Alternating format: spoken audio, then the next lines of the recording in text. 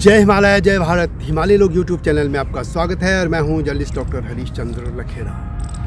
क्या आपको पता है कि कत्यूर नरेश धामदेव, जिनके जागर भी लगाए जाते हैं, जागरों में जो नाचते हैं, उनके साथ जो 3 और नाचते हैं, उनमें 2 मुस्लिम आक्रांता हैं जो उनकी आज भी गुलामी करते हैं और वे उनके साथ नाचते भी हैं। हाँ जी हाँ, ये सत्य है।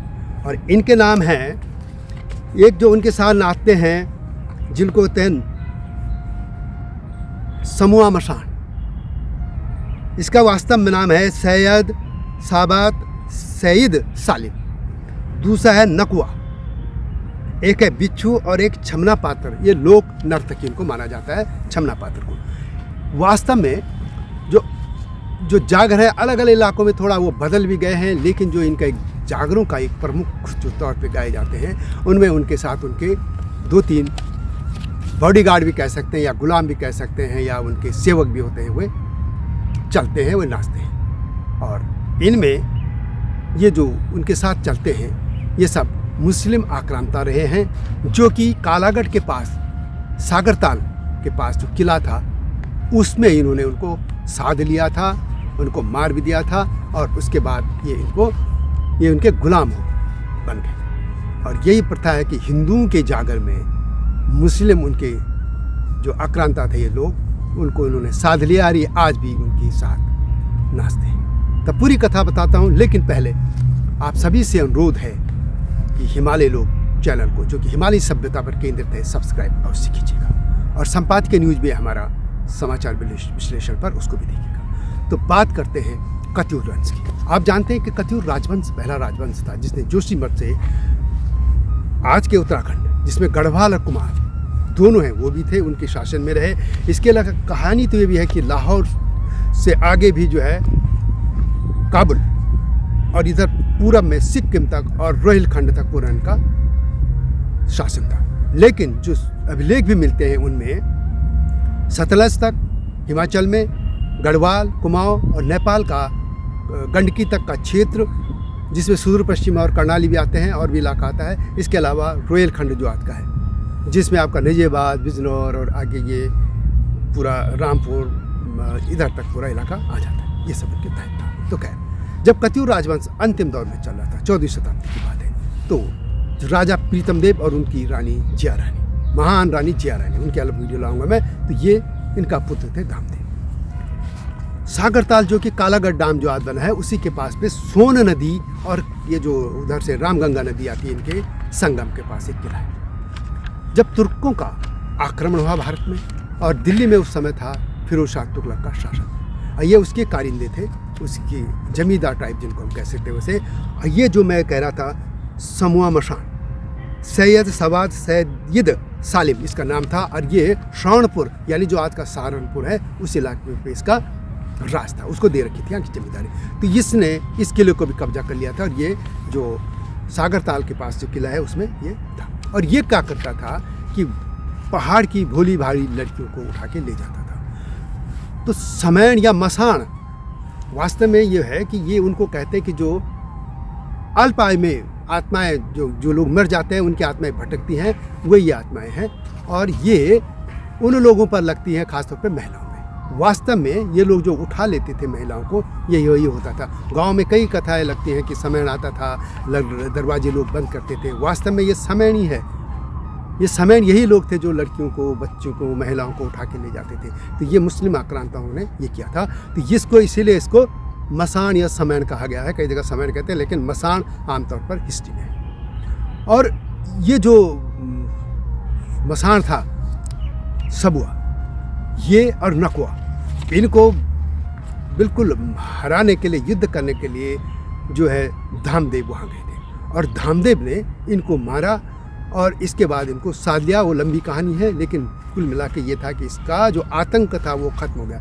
इसी वजह से इनको देवता के रूप में पूजा जाता है। ये देवता जो लोग समझते हैं कि मनुष्य इसको पूजता है, जो दूसरे धर्मावलंबी है, वास्तव में हमारे पितर हैं। और कत्यूरी जो लोग हैं या दूसरे लोग इनको इसी रूप में पितर देव के रूप में पूजते हैं। ये जो मैंने सागरताल की जो घटना की बात की थी, ये पत्रकार, वरिष्ठ पत्रकार हैं मदन मोहन सती। उनकी पुस्तक है लखनपुर के कत्यूर, बैराट लखनपुर के कत्यूरों की अमर गाथा। इसमें भी इसका उल्लेख है और इसमें ये लिखते हैं कि वही कालागढ़ यानी सागर तालगढ़ युद्ध को लेकर डॉक्टर रणवीर सिंह चौहान ने अपनी पुस्तक उत्तराखंड के वीरभड़ में लिखा है कि तुगलकों के मुकदम समूआ मसान, जिसका नाम है कि सैयद सादात सईद सालिम, जो मैंने कहा कि आतंक से मुक्ति कराने के लिए प्रीतम देव और रानी जिया के पुत्र धामदेव कत्यूरी वीरों की एक सेना लेकर गए।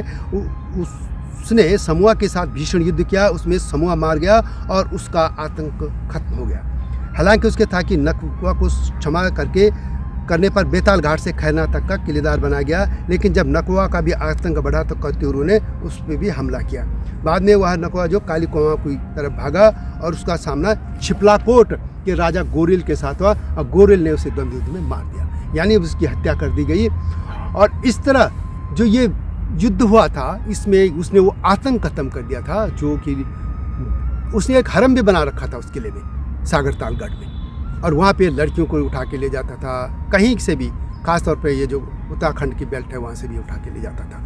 इसलिए उस आतंक को ख़त्म करने के लिए ये धामदेव पूजे गए। उनके जागर इससे लगते, चाहे गढ़वाल हो, कुमाऊँ हो, हर जगह। ये गढ़वाल और कुमाऊँ का कॉन्सेप्ट वास्तव में देखा जाए तो कत्यूरियों के कमज़ोर होने के बाद आया था। जोशीमठ जो आजकल चर्चा में है, वहीं पर इनकी राजधानी थी और बाद में अपनी राजधानी ये अल्मोड़ा का जो कत्यूर घाटी है, बैजनाथ इलाका, वहाँ ले गए थे। तो इनके कमज़ोर होने पर गढ़वाल में पंवार और कुमाऊँ में चंद राजवंश उभरे थे और उसके बाद ये दो विभिन्न इकाइयों में बट गया ये क्षेत्र।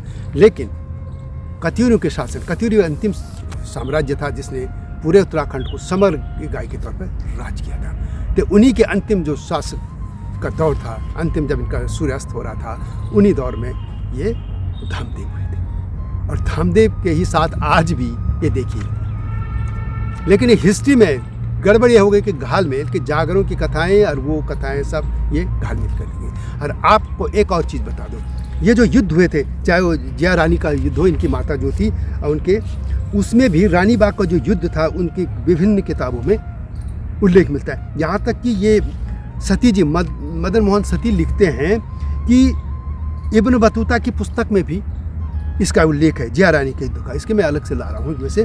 और इसके अलावा और भी जो ऐन अकबरी में भी और भी जो किताबें हैं, इसमें इनका युद्ध मिलता है, युद्ध का जिक्र मिलता है। कुमाऊँ केसरी बद्रीनाथ पांडे जी की पुस्तक में भी इस युद्ध का उल्लेख मिलता है।